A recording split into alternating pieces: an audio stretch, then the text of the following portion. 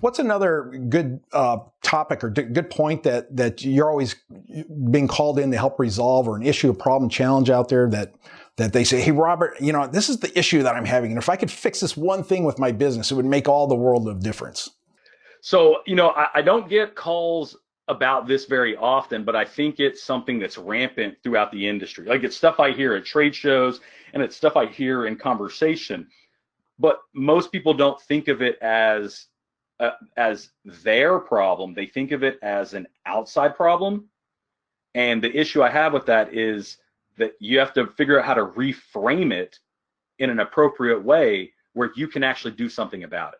Because if you can't do anything about it, then it's not a problem. It's just the way things are, and that's not going to change. It's only a problem. It's only a challenge to overcome if you can actually do something about it. And so I'll give you an example. I hear, prices are just too low in my area. I can't sell enough foam because prices are just too low in my area.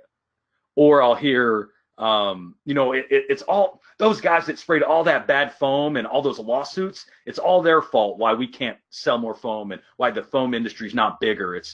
So it's, like myths or, bad press or price or, some issue or complaint that they have for why they're not able to do something.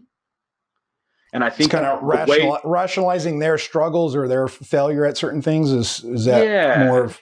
And I think the issue, like the way I clump these all together, is it's a mindset issue. And you really have to, when you experience some type of a challenge or obstacle that's beyond your business or outside of it, you have to figure out, how do I reframe this in such a way that I can actually do something about it, that I can actually have an impact on it, right? So if I'm talking to a client and their complaint is prices in my area are too low, I can't make money, right? The way to reframe that is not how do I make money at low prices, it's how do I get better so that I can build and create value for my customers so they're willing to pay me more than the low ball guys out there. Because when you can build and create value, you can charge more for your product. Just look at what Apple has done with their iPhone series. When you build and create value, people will pay more for your product. It's perceived as better than other products, even though they do almost the same thing. So what do builders care about? And if you think builders care about price and that's what your conversation is about, guess what? You're right. They care about price. But if you change the conversation, ask good questions to learn more about their situation and what they're dealing with and what they're struggling with and really what they care about. Because ultimately, at the end of the day, a builder's in business for the same reason you are. He's in business to make money. And so if you can show how you, as an organization, can help him make money, then the conversation is less about your price and it's more about how to solve his need to make money. So how do you do this with a builder? Okay, well, if you are a small organization and you only have one rig, your conversation is going to be completely different than if you have 5 rigs. So you have to take into account what your strengths are as a company for how you can impact the builder's bottom line. So if you're an owner operator with one rig, you're going to have to sell things like personal service, that you're on site on, you're on the job site, that you are his account manager and you're the owner of the business. Nobody's going to care as much about this job as I do, those types of things. And you're going to have to find a way. I'll tell you something that builders care about is speed.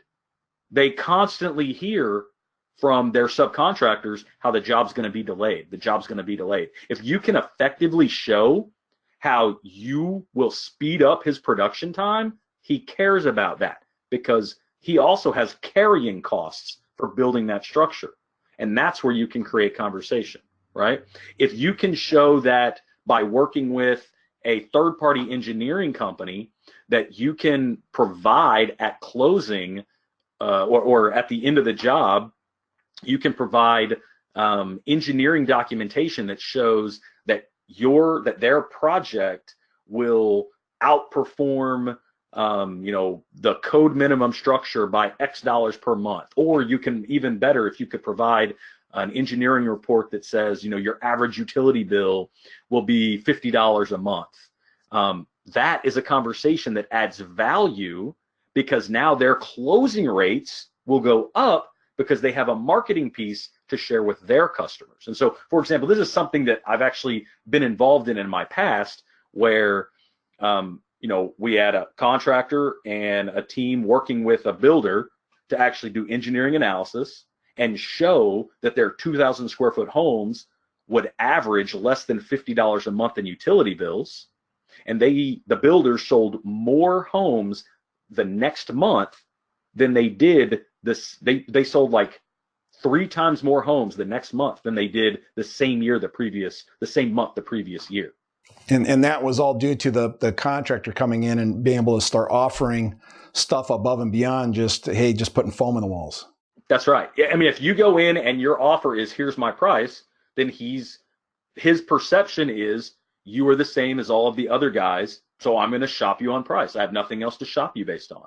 But if you create conversation that's beyond price, that focuses on his value, then you create a different story. You create a different competitive edge or competitive advantage, right? We're typically really good at doing this. The industry in general has been really good at creating this type of value conversation when talking to homeowners, because when we think about spray foam, we tend to think about things that homeowners care about, like energy efficiency benefits, healthy indoor air quality, tightening up the envelope and lowering natural air changes per hour, moving ductwork into conditioned space and making a more energy efficient structure. Like, these are things that your homeowner customers or building owners are going to care about. But if you use this same terminology with a builder whose plan is to sell the house in 60 days after he builds it, that falls on deaf ears, because he doesn't care.